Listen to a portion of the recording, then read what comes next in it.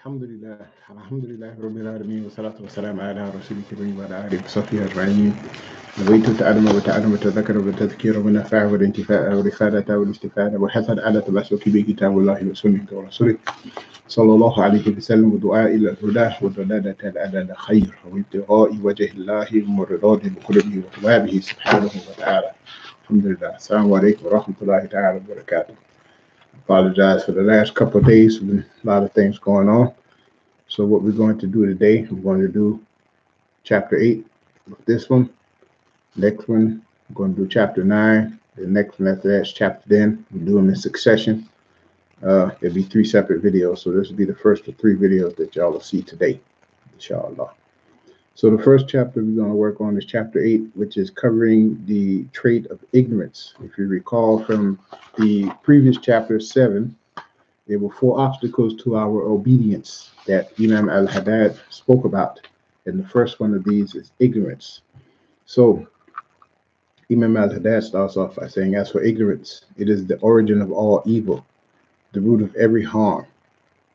Ignorant folks are included in the Prophet's saying, sallallahu alaihi wasallam, the world is accursed, and accursed is what is in it, except the remembrance of the law and the learned of those learning. So, before I go into anything else, one of the main reasons that he says ignorance is the origin of all evil is due to the fact that people do the things that they do out of ignorance. If a person had understanding of who Allah is and his rububiyya and all of the magnificent and glorious qualities that go along with lordship, then they would not decide that they have to worship other things or other people or themselves or their hawa in place of Allah or having partners with him. If we understood the reality of some of the things that we encounter in our day-to-day lives, some of the decisions that we make to commit zina, to drink alcohol, to not fast during the month of Ramadan, things of this nature, it's out of ignorance. We think one thing and the opposite is what the reality really is. And whatever it is that we got in our mind, that ignorant thought or that action that we have on our mind causes us to go astray. So, in essence, all of this leads to disobedience. Disobedience. This is all what the focus of this is. So that's what I wanted to add to that. So Imam Al-Haddad continues. He says, it is said that when Allah created ignorance, he said to it, come, but it moved away. He said to it, go, but it came. And this gives clarity to what we just talked about. Allah gave command to ignorance to come to him, and it went away from him. It gave the command to come to go away, and it came to him. Ignorance is the opposite of doing what is the commandment. So disobedience, going in the opposite direction of what is clearly in your best interest, because right here, Allah gave a command. What was clearly in the best interest of the creation was to heed the command of Allah and not do the opposite of it. So this is another reflection of what we just talked about. So he continues, then he said, meaning Allah, by my might I have created nothing in creation more hateful to me than you, and I shall place you among the worst of my creation. Ali said, there is no enemy worse than ignorance. A man is the enemy of that which he has no knowledge of. Okay, take this for instance. Biggest point of understanding that we can gain from out of this statement here and put it into day-to-day aspects is racism. You don't know or understand a person, you fear them, so therefore you have this level of racism and hatred for people that shows just how ignorant you really are, because most of the time you hate people or you're dismissive of them for reasons that are not even true. You have certain things that you hold against people that are not even true. And it's based off of your ignorance. Because if you would have a simple conversation with a person, you will find out that what you thought was true wasn't true. And you were holding on to false thoughts and opinions about people. So Imam Al-Haddad continues, ignorance is blameworthy according to both textual and rational proof. And its harm is hardly unknown to anyone. An ignorant man succumbs to neglecting obligations and committing sins, whether he wishes it or not.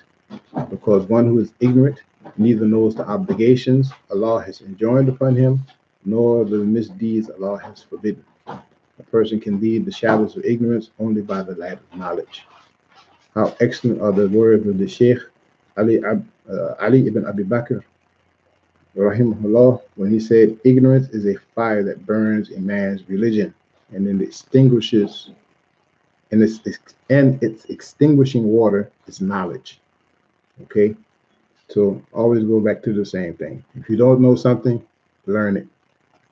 Don't take it upon yourself, as we understand within our tradition, to learn things on your own, because this will increase your ignorance. Why? You already didn't know what you were supposed to be learning. You pick up a book and try to read it, and then you try to implement everything that you read in this book without understanding, without proper guidance. You're going to end up becoming more ignorant than you were in the first place. And the worst and the most dangerous of people is the person who believes that they know something, and in fact, they don't know nothing at all.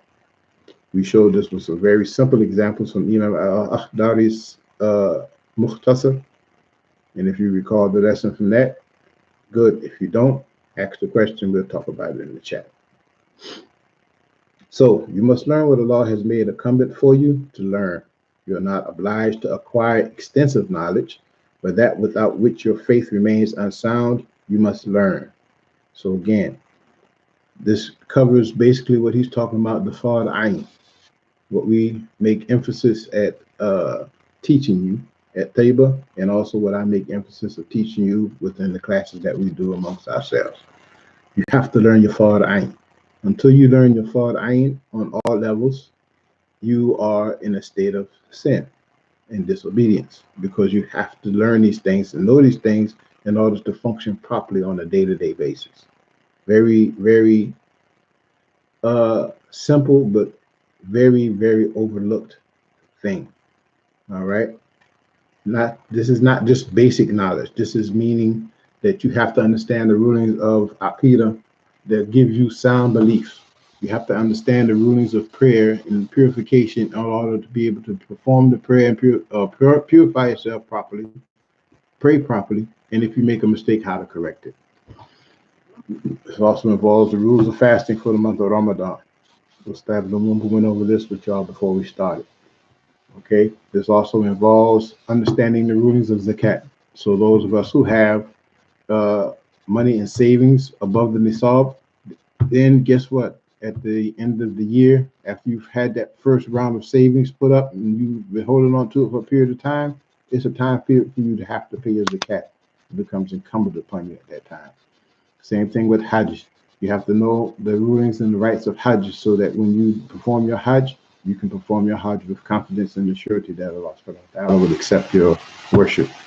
All of these things are important. If you get married, you have to know the rulings of marriage so that you can ensure that you can safeguard and fulfill the rights of yourself and your spouse, as well as your children. If you got businesses or you have business interests, you have to be able to understand and know the rulings of all these things when they directly affect your day-to-day life. These things are far iron upon you, and they are what he would consider, what he talks about here with regard to immediate obligations.